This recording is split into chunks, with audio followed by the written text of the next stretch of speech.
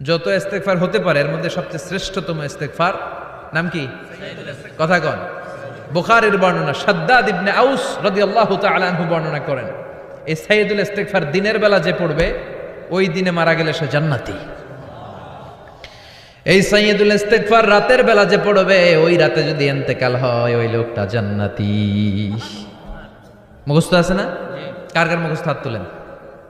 মাশাআল্লাহ, তাবারাকাল্লাহ, মাশাআল্লাহ, মাশাআল্লাহ।